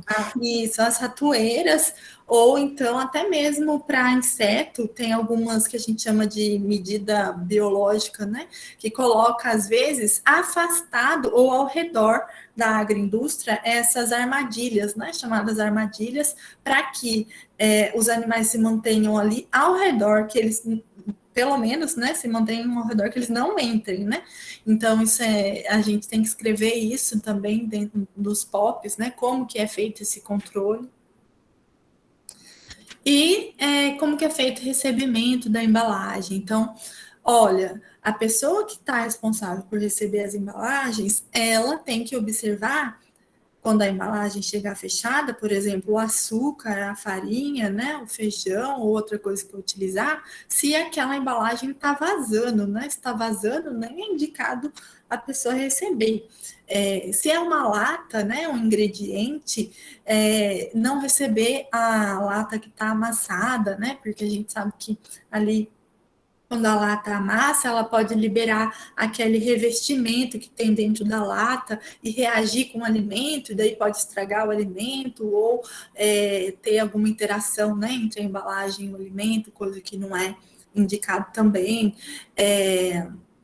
Recebimento de, como que fala, da matéria-prima que eu falei, igual o leite mesmo, né? Então, anotar a temperatura, verificar. Então, dependendo do tipo, né? Isso vai depender para cada indústria, né? Do tipo de matéria-prima que ela recebe, ela vai ter que escrever ali um POP, escrevendo os cuidados que devem ser feitos nesse recebimento, os cuidados que devem ser feitos nesse armazenamento, né? Então, tem que armazenar ali uma salinha fechada, né? Onde eu não vou ter nenhum ralo, não vou ter nada que possa facilitar a entrada de um animal, por exemplo, ou eu tenho que armazenar refrigerado ou congelado, se for um ingrediente congelado. Então, tudo isso tem que vir escrito. E aqui, né, é o programa de recolhimento de produtos, que é mais utilizado mesmo para grandes indústrias, né? Então, é quando tem algum problema, né? Quando a Anvisa ou algum consumidor, ele faz uma reclamação, aí a Anvisa, né, ela vai verificar se aquele alimento está realmente contaminado, ou quando tem um surto, por exemplo, várias pessoas comeram, então várias pessoas comeram aquele produto enlatado e aquelas pessoas que comeram passaram mal, né? Então, a indústria, ela vai olhar o lote, a indústria não, a inspeção vai olhar o lote, né, daquele alimento e vai falar, olha, esse lote está condenado, então você tem que fazer o recolhimento, né, recolher aquilo do mercado. A gente utiliza a palavra recal, é feita por várias indústrias, né, não só de alimentos, às vezes a gente vê na televisão passando Automóveis. né? Tem algum problema com peça, alguma coisa assim, aí ele vem falando, né, que aquele produto tem que ser levado para a concessionária. Então, aqui foi o exemplo até que o colega deu, né, de ratos. Então, a Heinz, que é uma indústria, né, de nome, ela recolheu aí molhos de tomate porque tinham fragmentos de pelo de roedor acima do permitido, né? Então, a Anvisa interditou o lote de paçoca, né? Porque tinha ali as micotoxinas acima do limite permitido. Então, esse POP, ele vai escrever como que eu vou recolher aquele produto o mais rápido possível, né? Então, eu tenho que ter o que a gente chama de rastreamento, né? Para qual estabelecimento eu vendi, né? Então, eu vendi para tal estabelecimento, então eu vou entrar em contato rapidamente, eu vou até o estabelecimento, eu vou recolher aquele lote, né? A agroindústria mesmo vai recolher e assim por diante. Então, tem que ter o procedimento, né? Do que fazer nesses casos. E aí, né, vem a estrutura e os exemplos, né, que a gente foi desenvolvendo também para alguns projetos que a professora Alessiane está coordenando. Então, o nome, né, do POP e o número.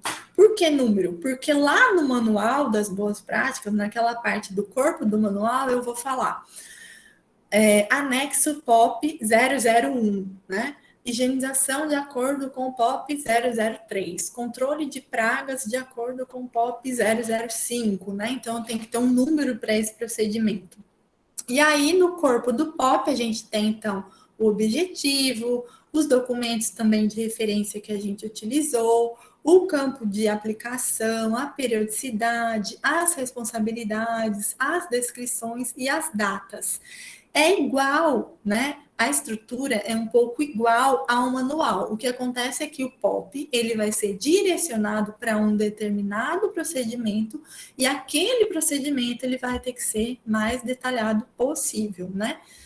Então, aqui, por exemplo, eu coloquei, né, o exemplo aqui, a logo, né, da empresa, no anexo, o nome do estabelecimento, qual é o nome do POP, o número, quando ele foi elaborado, então, o objetivo, aqui, os documentos, né, de referência, ao campo que ele se aplica, por exemplo, aqui aplica-se ao reservatório de água, periodicidade, né, então, reservatório de água constituído de fibra de vidro, higienizada a cada 4 meses. A potabilidade é avaliada de acordo com os parâmetros da portaria tal, né, que eu utilizei aqui como documento de referência, a cada 6 meses. Então, eu vou escrever aqui essa periodicidade.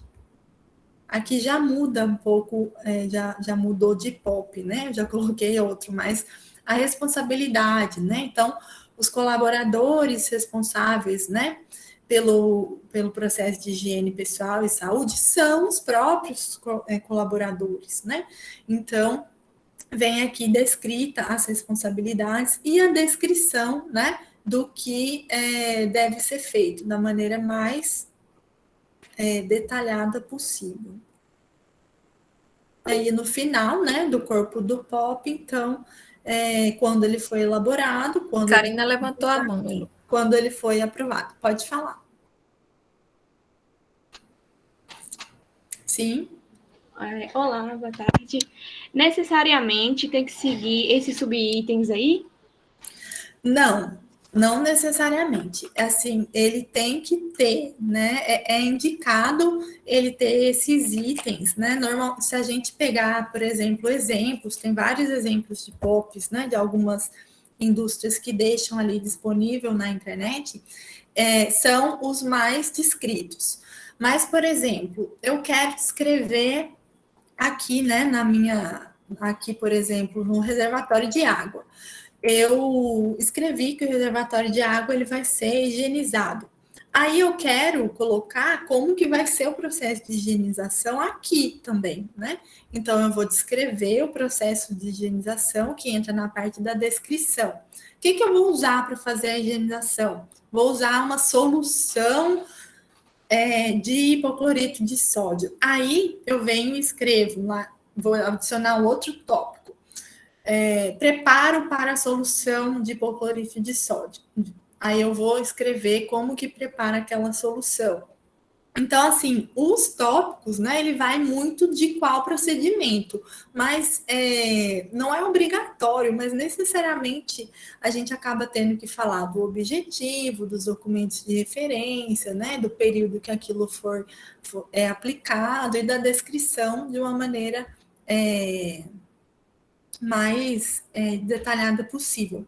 E aí, o monitoramento ou a responsabilidade, ele vem aqui, então, né? A gente pode pôr a responsabilidade aqui também, junto com o monitoramento, né? Não necessariamente separada. Então, vai muito, né, de como a pessoa quer fazer o modelo do procedimento dela.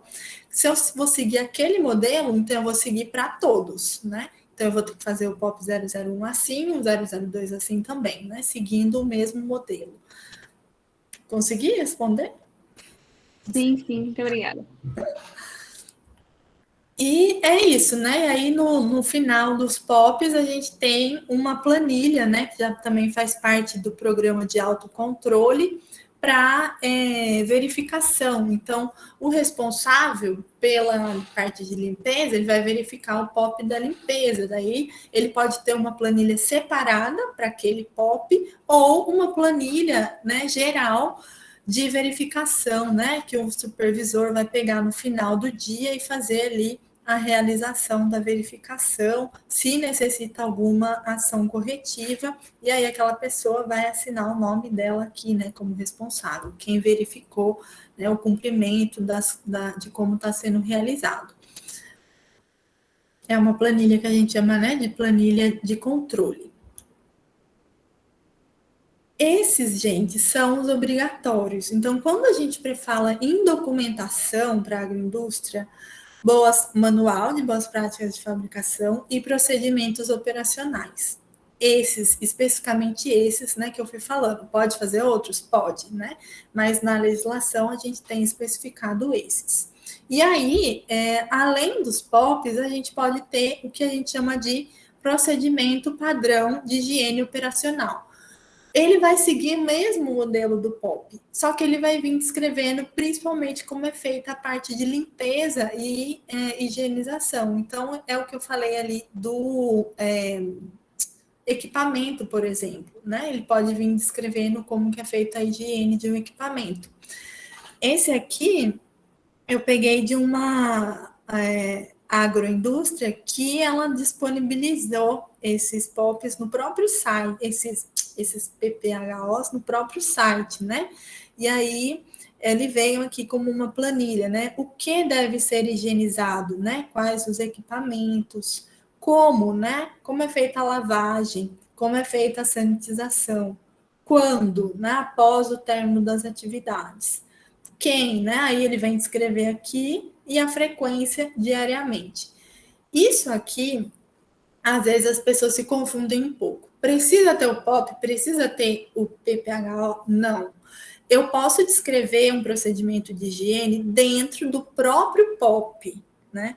Então, o que é obrigatório é o POP. O PPHO é uma coisa que eu faço se eu quiser a mais, como outra ferramenta de qualidade, como uma outra, como outro programa, né, de autocontrole.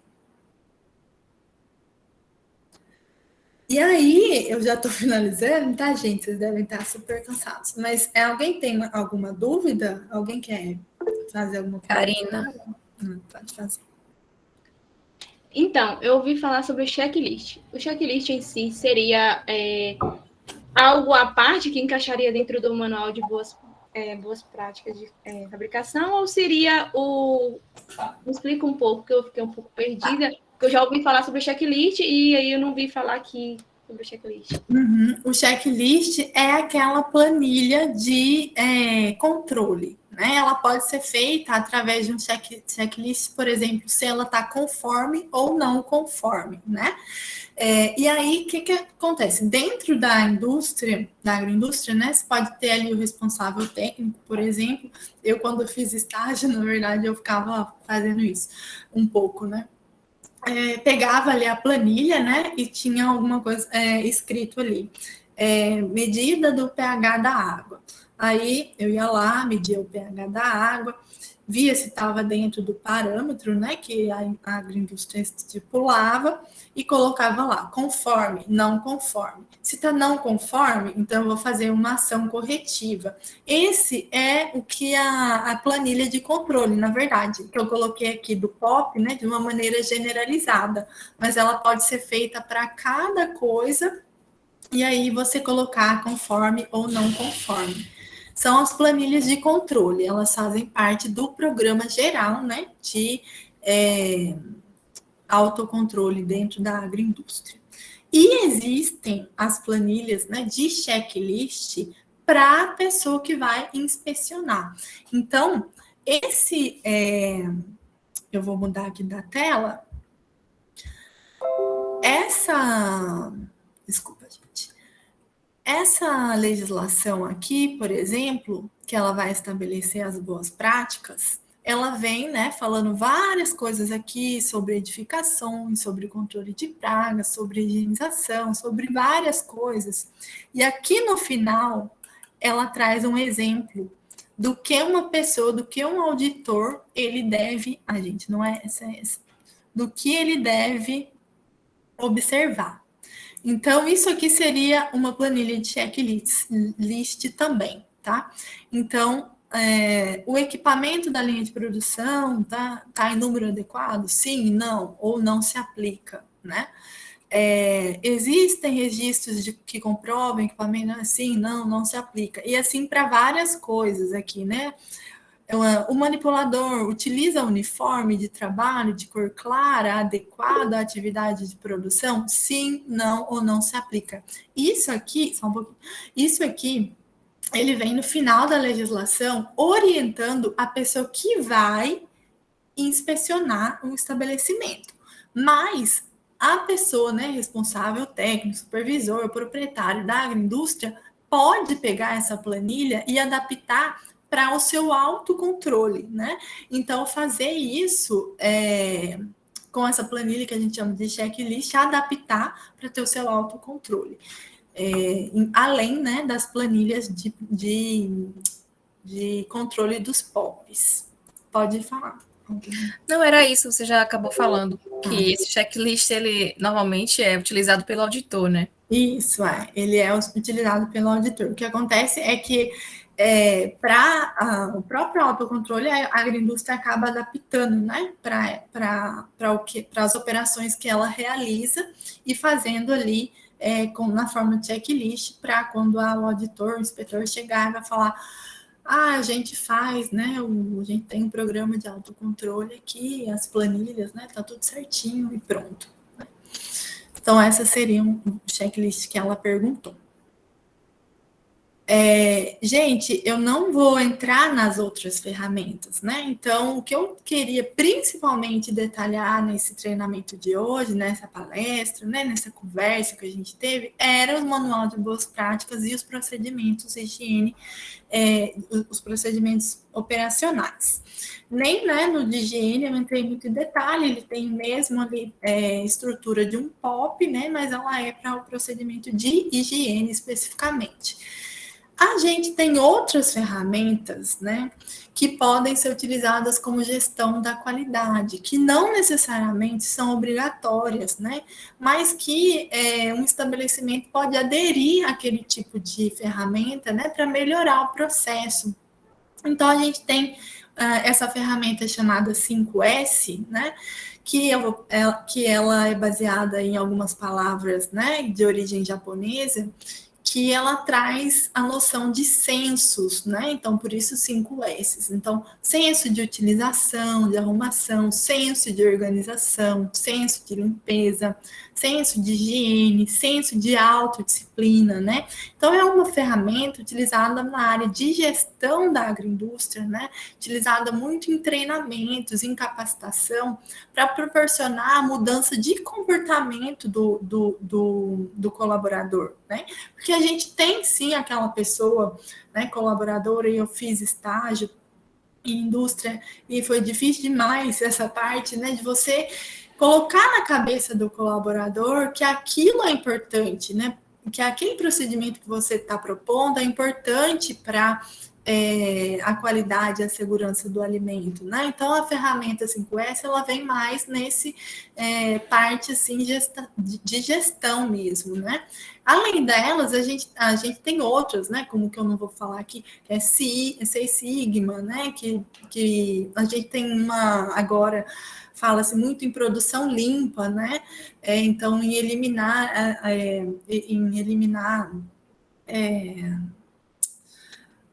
procedimentos que possam, por exemplo, causar danos ao meio ambiente, né? Então, a gente vem trabalhando aí com outras ferramentas baseadas também nessa parte, a gente não, eu digo a gente, né? Eu não, mas assim, são tendências, né? Essa ferramenta de produção limpa, e a gente tem outra ferramenta que é a análise de perigos e pontos críticos, né, muito utilizadas em grandes indústrias ali, como uma ferramenta de prevenção mesmo, né, daquele perigo não chegar no alimento. E aí eu vou passar bem rapidinho, né? Ela é baseada aqui em 7 princípios, né? Então, tá em espanhol aqui essa figura que eu não achei em português, não deu tempo de passar, mas realizar, né, análise de perigos, determinar os pontos críticos, estabelecer os limites críticos dentro da própria agroindústria. Então, não considerar, por exemplo, que a legislação permite que eu tenha tanto de pelo de roedor, mas eu não quero ter nada.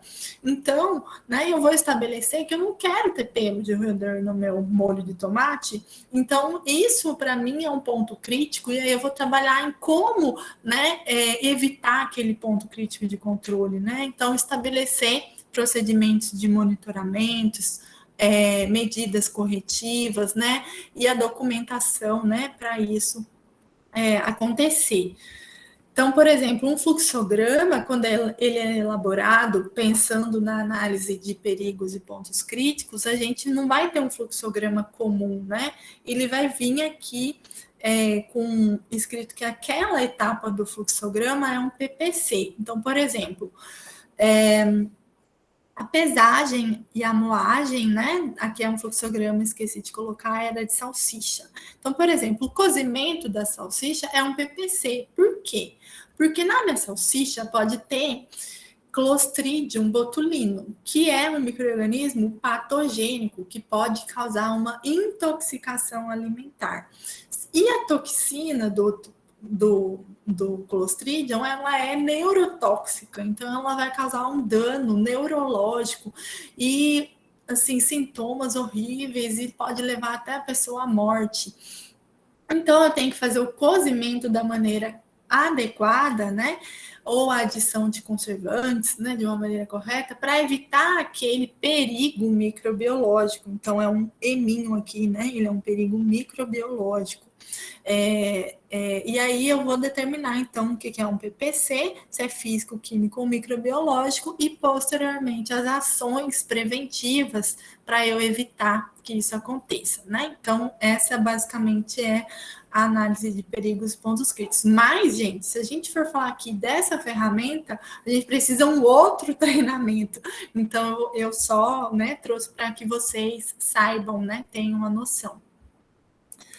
E a ISO, que é outra, né, ferramenta, que também a gente demoraria horas e horas aqui para falar dela, que ela é baseada aí na Organização Internacional, né, Europeia do Códex Alimentário, né, e aí ela leva também em consideração o APPCC, né, que são os pontos críticos de controle, e é um sistema, então, de gestão também, aplicados em grandes empresas, em empresas que vão exportar um alimento, por exemplo, e assim por diante, né? Então, a gente tem diversas ferramentas. O que a gente tem que parar para pensar, né, atuando dentro de uma agroindústria, é o que serve para a minha agroindústria, né?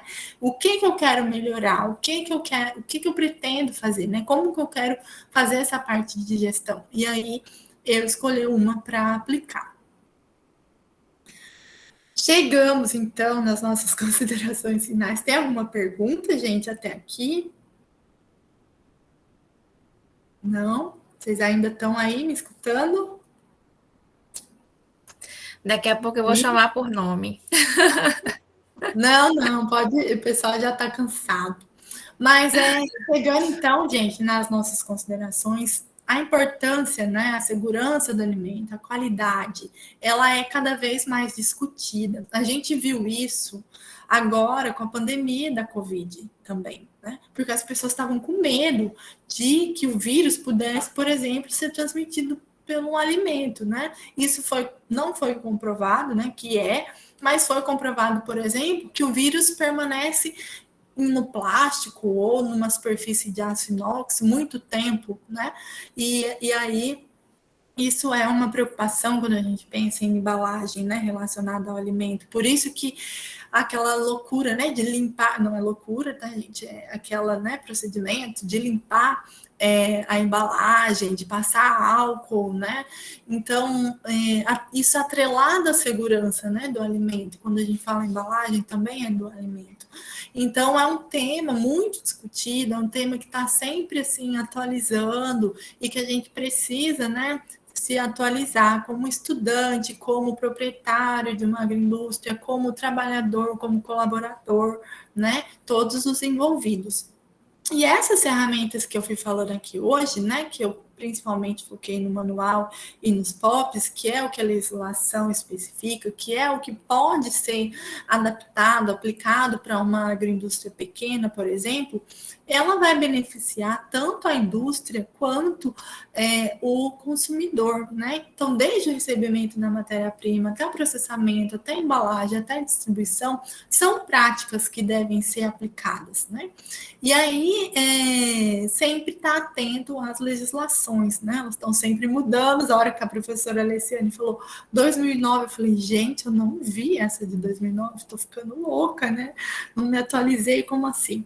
Mas a gente tem que sempre estar se atualizando, né? Então, saiu recentemente uma orientação, né, da Anvisa, na forma de um documento, para os laticínios, para os produtores de carne, quando saiu esse negócio da pandemia, a gente tem agora instruções normativas sendo feitas esse ano mesmo, né, sendo construídas, como o regulamento de inspeção, né, de produtos de origem animal, que sempre atualizado, ele começou lá em 1994, agora ele tem...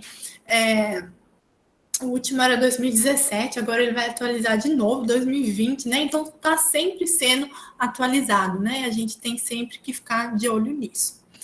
É isso que eu tinha para trazer para vocês. Me desculpem se eu me alonguei demais, se ficou cansativo, mas era tudo que eu queria poder falar, tá?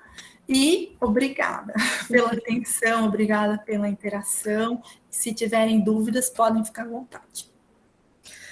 Ô, Elo, não precisa pedir desculpas por ter se alongado, porque eu acho que foi um período, assim, bastante produtivo, né? Seria bom que a gente pudesse ficar mais tempo aqui com você. Sua fala foi maravilhosa, né? Bastante esclarecedora, fundamentada. Alguns comentários atestam, né? Isso daqui que eu estou falando. Por exemplo, deixa eu só ver aqui. Luiz Gonzaga falou, a explanação está ótima, e Luiz é muito tranquila no passar as informações. Deus abençoe a todos. Participação especial, Gabriele colocou.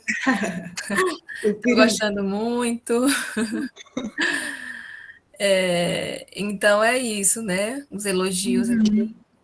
Eu tenho certeza que Lília também falou, eu amei esse conteúdo, é extremamente necessário, com certeza, principalmente para vocês que estão na área. Eu acho assim, como eu já fui, né, estudante na área, eu senti quando eu fui fazer estágio uma necessidade muito grande dessa parte, porque a minha professora, né, na época, ela falava muito assim em teorias, né, em legislações e coisas, mas assim, na prática, a estrutura mesmo de um manual, a gente não sabia, né? E aí, quando foi para a indústria, foi complicado. Então, assim, foi por isso que eu também pensei, né? Como ia ter bastantes estudantes, em fazer essa parte mais voltada para o manual e para os POPs. Foi ótimo, Elu. Aqui as pessoas estão colocando, adorei, excelente, amei o treinamento, muito bem explicado, de forma simples, arrasou. Bom, eu vou colocar o link da apresentação. Pode colocar aqui? Sim, eu vou compartilhar, mas é bom, né? Com o link que as pessoas já acessam. Tá. Eu fiz meio que uma proteção para não editar, né? Bom, mas vocês conseguem salvar Aqui, Elô sempre assertiva, explicando muito bem. Cadê? Subiu. E com uma linguagem fácil. Eu agradeço pelo curso e todos envolvidos. Faz a parte 2. A parte 2 seria o APPCC. Aí depende só dela. Depois a gente pode ver, né? Depois a gente conversa com ela para ver se a gente pode viabilizar essa parte 2, aí eu falo, disponibilizo no Swap novamente, né, Lô, que é colaboradora do projeto também. Então, só tenho a agradecer mais uma vez. Tem outro clamor aqui, faz uma oficina preparando um MBP. Aí ia ser complicado. A oficina, não 2 horas, né, acho que nem dá, né? Mas que bom, gente, né? Assim, se vocês gostaram, uma próxima oportunidade. Eu gostaria de abrir as câmeras, né? Que vocês abrissem as câmeras para a gente fazer uma foto. Só tenho a agradecer, Lô, mais uma vez, em nome de todos do projeto. Obrigada. Eu que agradeço a oportunidade, né, de colaborar. Deixa eu encerrar a gravação aqui.